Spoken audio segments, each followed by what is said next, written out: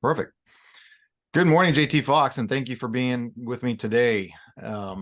Wanted to kind of just dive right in and ask some questions to you. And Okay. you had mentioned I've been to several of your real estate meetings and the global net worth. And you mentioned that coaches are always an integral part of your success. And so how did you seek out your coaches? And then even the ones that you do have as coaches that aren't typically coaches, how did you get them to become your coach?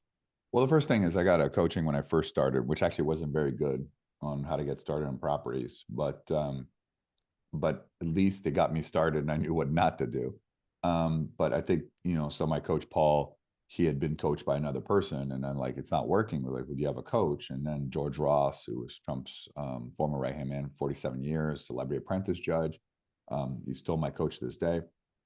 Hugh Hilton, like I've just kind of been able to convince people. And usually I'll be like, here's a blank check. How much is it going to cost? And you can give it to a charity, keep it yourself. Like this is for people that are not coaches.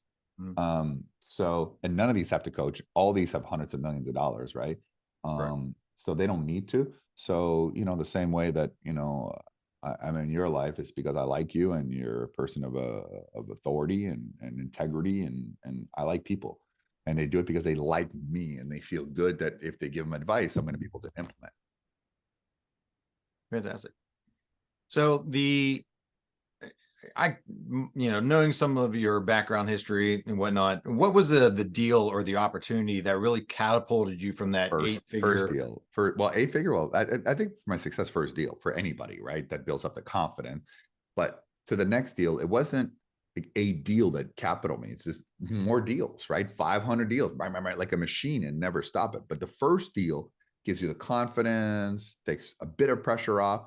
But the key is sometimes people get one deal and then they stop. And then I got to start over again. I put my foot to the accelerator and never stop. So what was the one that kind of threw you from the eight figure to the nine figure? What was the Again, transition? same thing. It's just different businesses, different opportunities.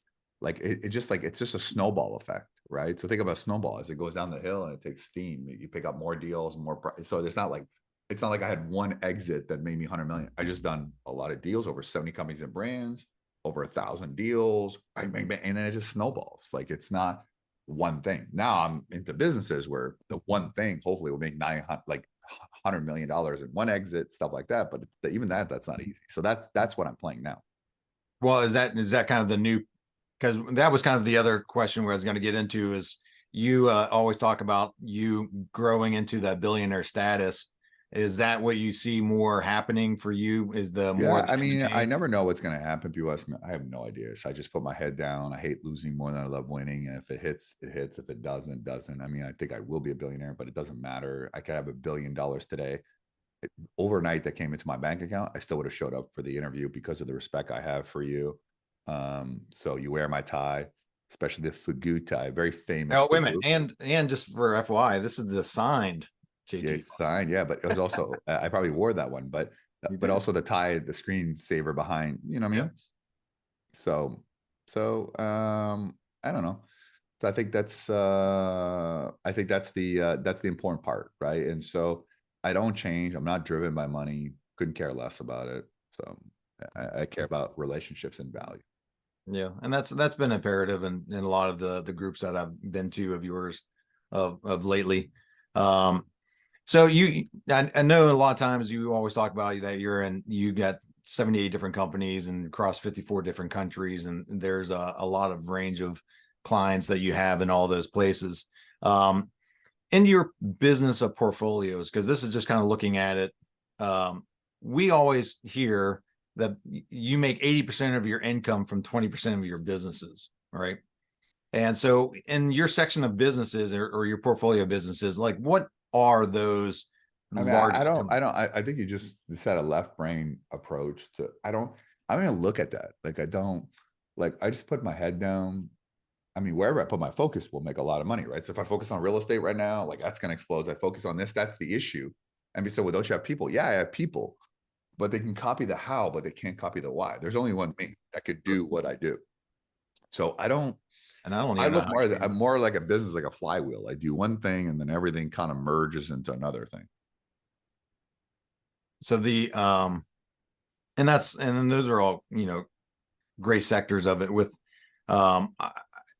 you always kind of talk about your net worth. Your network is your net worth. And I'm a big proponent of that. And I've been putting myself out into getting out of the local side and getting really more into the global part. And a lot of that is those groups that we've been going to, the real estate masters, the global net worth, and meeting some fantastic people like yourself and everybody that we come in contact with. So the relationships are always huge, big driven. And how long is it? I mean, you've been doing this for a while now, right? So I think originally when I saw you was in maybe 2017, and that's when you came into Charlotte for a conference. It was my first exposure to JT Foxx. And from then, a lot of things have happened, and then I've, come around full circle back into your network, and really enjoy meeting you and talking with you. So how did you really get your first step into your first big connection that really helped catapult you into segueing into speaking? Probably George Ross, my first coach, right? He was the first celebrity at the time. The Celebrity Apprentice show, or The Apprentice show, was the #1 show on TV. That was a time that people liked Donald Trump. Now it's like, 40% hate, 40% love, and then 10% decide if he becomes president, right? So that's kind of the notion of kind of success. But yeah, I mean, that was the first one, right? And then I just parlayed to everything. So if it wasn't for him and coming to my event and coaching me, everything I have. I mean, this past weekend we had Wayne Gretzky, Tommy Hilfiger, Elizabeth Hurley, Jeremy Piven, Andrea Bocelli, Cole Hauser from Yellowstone. That's my last 3 days. If he's not the first one, then none of that happens. The rest of that didn't happen. So yeah, you always talk about that, one person, that one situation, will change your life. And I full believe that. So that's, the coaching, and that's kind of where, coming into your groups and being, grateful for that to happen. The network of people that I've been meeting so far has been phenomenal. So thank you, first of all. I did pick up your book.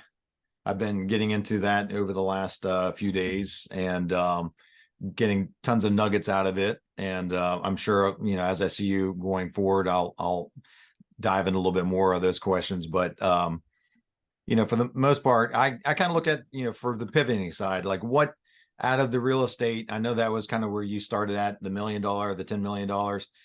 What did you segue into, or what time frame did you segue out of the Well, real first I estate? made my first 10 million, and then after I made my 10 millions, then I start segueing into all these other businesses, which maybe if I had stayed just in real estate, I'd be a billionaire. Probably not. There's not a lot of billionaires now. So that's how I segue to that business. So as to you maximize, everyone should wait till they make millions of dollars into that one thing, then go in there. Too many people trying to spread apart.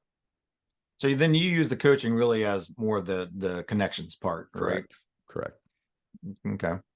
So that's so that was the big influence, is that you get all these people together, create all these experiences together. Correct. And then by the way, as I'm 1 minute late for my interview with my billionaire person as well. So on that note, I will say that I'm going to jump off so I can interview a billionaire on my podcast, and I don't want to be late for my billionaire guys. So no, don't do that, but please. No. So from Ernie to a billionaire, I'm now complete. But fantastic. I appreciate you, brother. Thank you, man. JT, thanks for your time. Thanks.